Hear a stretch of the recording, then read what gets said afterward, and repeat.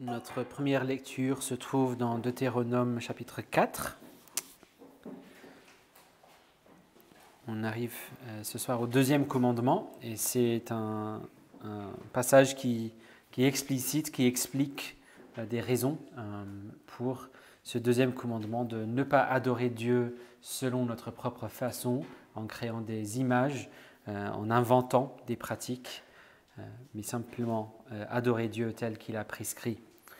Donc voilà, Deutéronome 4, c'est sur la page 191 dans les Bibles de l'Église. Et on va lire jusqu'au verset 20. Écoutons la parole de Dieu.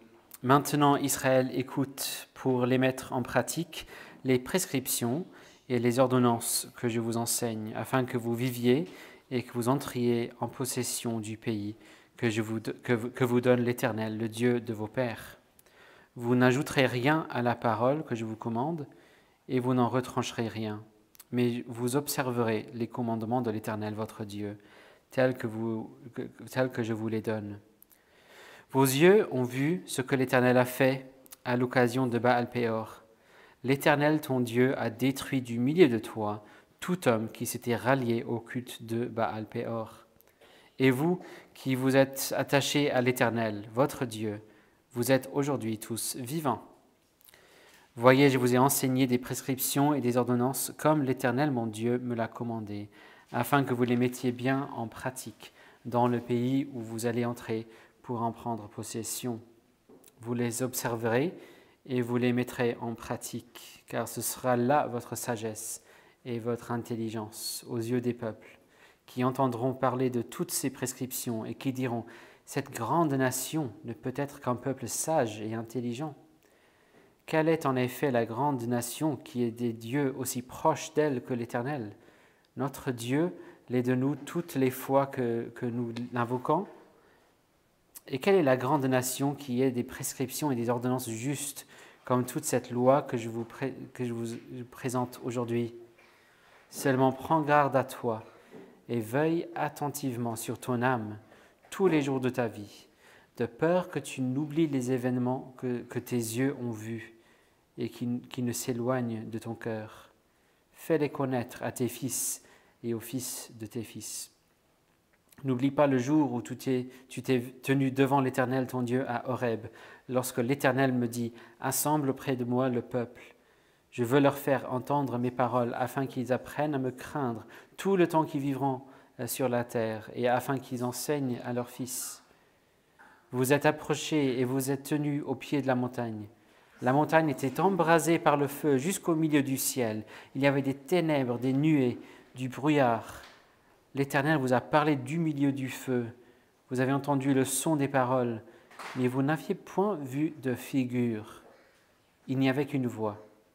Il vous exposa son alliance, qui vous ordonna d'exécuter les 10 paroles, et il les écrivit sur 2 tables de pierre. En ce temps-là, l'Éternel me commanda de vous enseigner des prescriptions et des ordonnances, afin que vous les mettiez en pratique dans le pays dans lequel vous entrez, pour en prendre possession. Puisque vous n'avez vu aucune figure le jour où l'Éternel vous parla du milieu du feu à Horeb, prenez bien garde à vos âmes, de peur que vous ne vous corrompiez et que vous ne vous fassiez une statue, une représentation de quelque effigie sur le modèle d'un homme ou d'une femme, sur le modèle de quelque bête qui soit sur la terre, sur le modèle de quelque oiseau qui vole dans le ciel, sur le modèle de quelque animal qui rampe sur le sol, sur le modèle de quelque poisson qui soit dans les eaux au-dessus de la terre.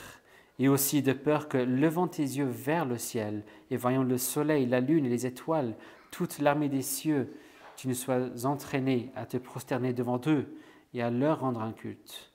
C'est là que l'Éternel ton Dieu a donné en partage à tous les peuples sous le ciel tout entier. Mais vous, l'Éternel vous a pris et vous a fait sortir de la fournaise de fer de l'Égypte, afin que vous soyez un peuple qui soit son héritage, comme vous l'êtes aujourd'hui. Jusqu'ici la lecture de la parole de Dieu. Prions pour demander l'aide de notre Dieu. Merci notre Père pour ta parole, pour ta loi, pour tes commandements. Ta loi est vraiment belle, nous voulons méditer ta loi jour et nuit et nous voulons trouver notre plaisir dans ta loi pour que nous puissions être comme l'homme heureux qui ne suit pas le chemin des méchants, qui ne s'arrête pas dans la voie, qui ne s'assied pas sur le banc des moqueurs. Seigneur, nous voulons être comme l'homme heureux. Nous te remercions parce qu'il y a un homme au-dessus de tout qui a vécu cette loi parfaitement. Merci parce qu'il a fait pour nous et donc nous n'avons pas à craindre que la condamnation parce qu'il n'y a plus aucune condamnation en Jésus-Christ. Mais nous voulons tout de même faire ta volonté, nous voulons suivre ta loi. Et donc nous te prions ce soir que tu nous enseignes ce que nous ne savons pas, que tu nous donnes ce que nous n'avons pas et que tu fasses de nous ce que nous ne sommes pas. Au nom de Jésus-Christ. Amen. Donc, ce soir, on va regarder le deuxième commandement sur les versets 4 à 6 dans Exode 20. Donc, ça commence sur la page 87 dans les Bibles de l'Église.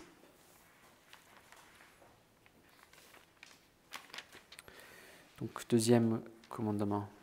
Voici la parole de Dieu. Tu ne te feras pas de statue, ni de représentation quelconque de ce qui est en haut dans le ciel, de ce qui est en bas sur la terre, et de ce qui est dans les eaux plus bas que la terre.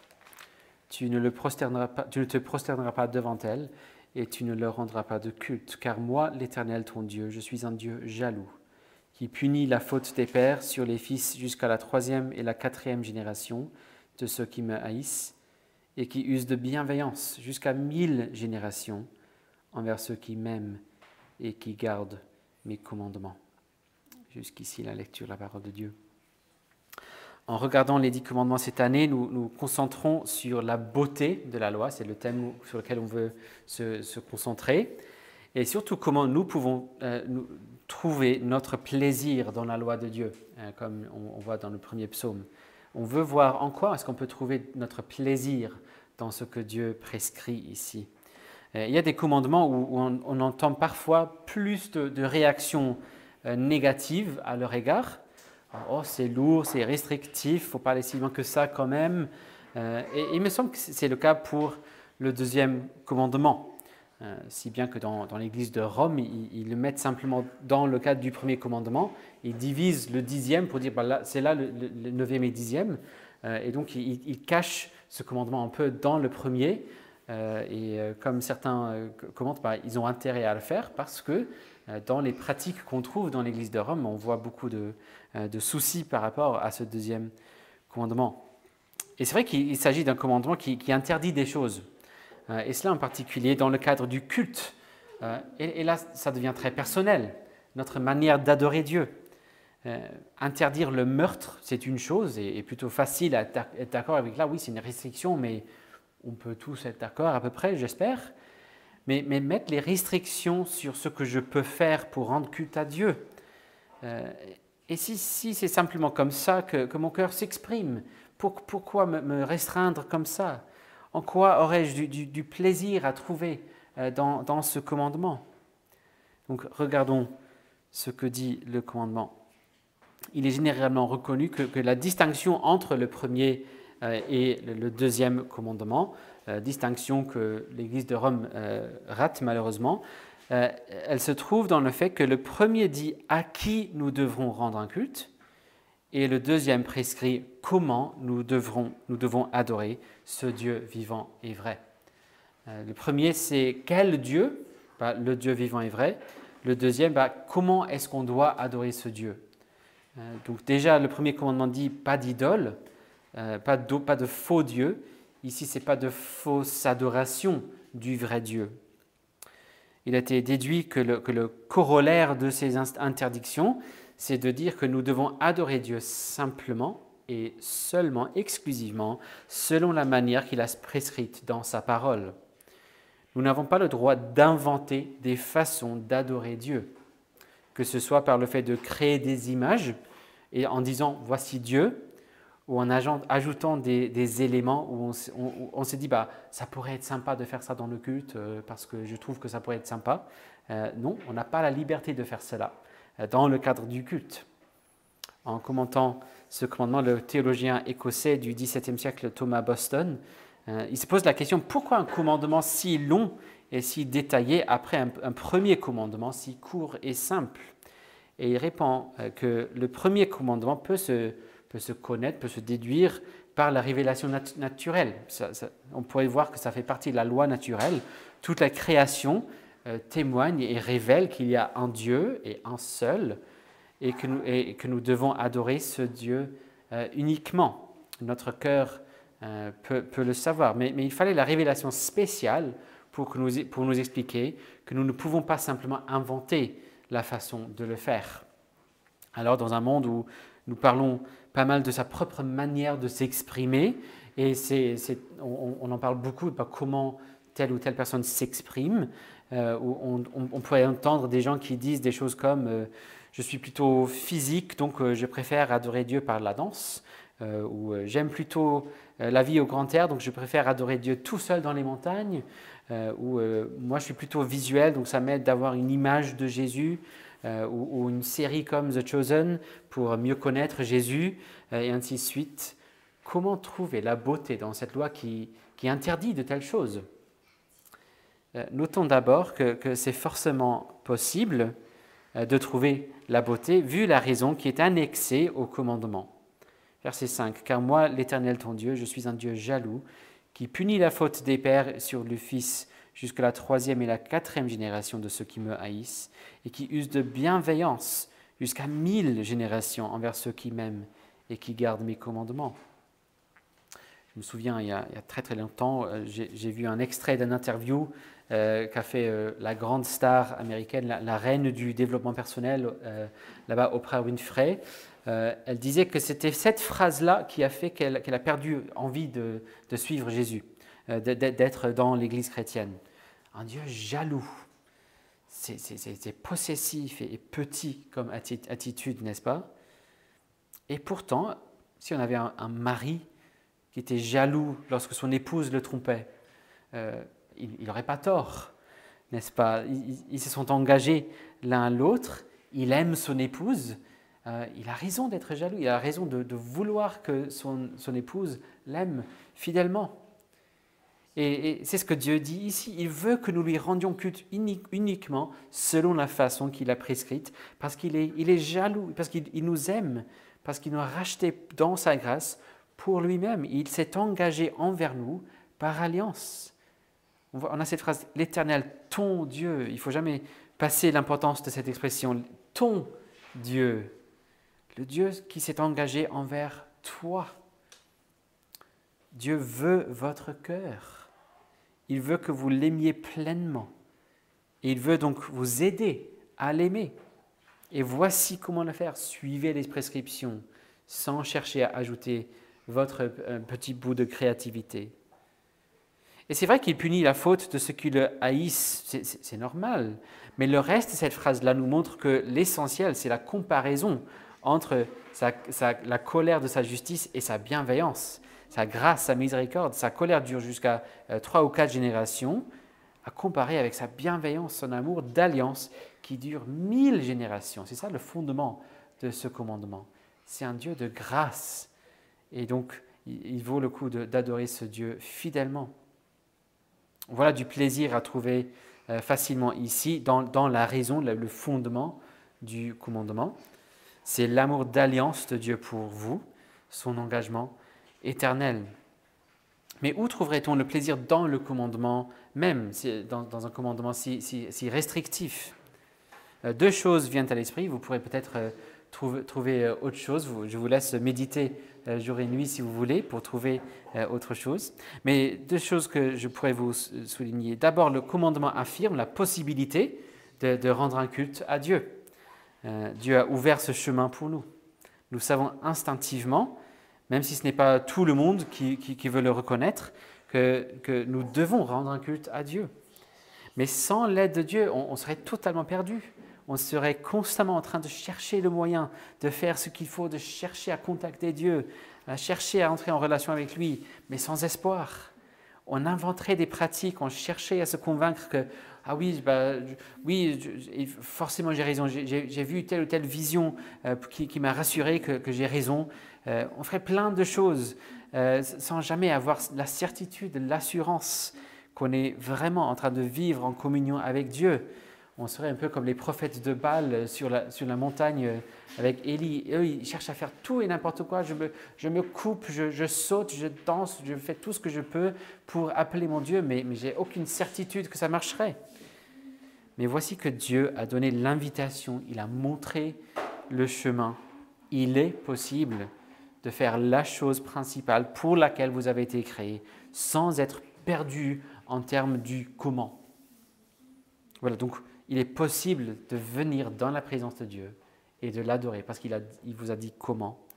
Et une deuxième chose, c'est le fait que, alors que nos cœurs sont extrêmement tortueux, Dieu nous assure qu'il nous connaît mieux que nous le connaissions nous-mêmes. Tu crois peut-être qu'une image ou une danse ou cette nouvelle pratique ou le fait d'aller se balader dans les montagnes en évitant le rassemblement de mon peuple pourrait mieux t'aider à me rendre un culte?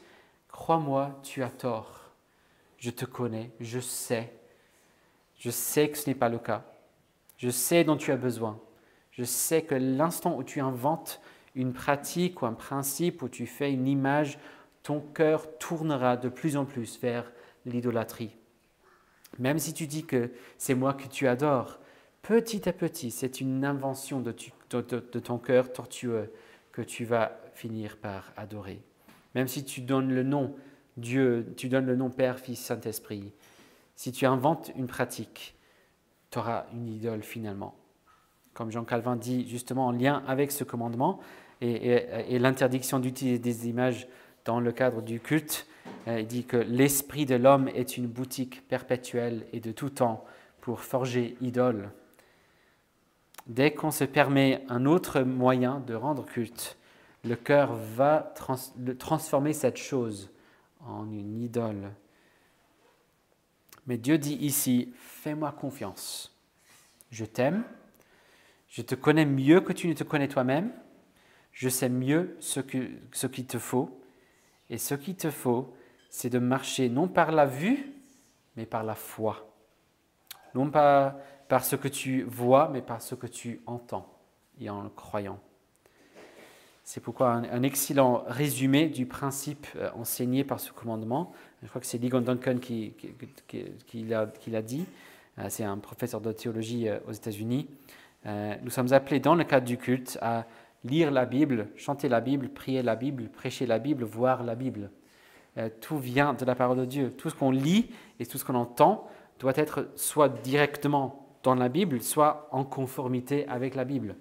La prédication doit être conforme à la Bible, et si je dis, ou si quelqu'un ici dit quelque chose qui ne soit pas conforme, c'est à ignorer et à corriger si besoin. Pareil pour ce qu'on chante.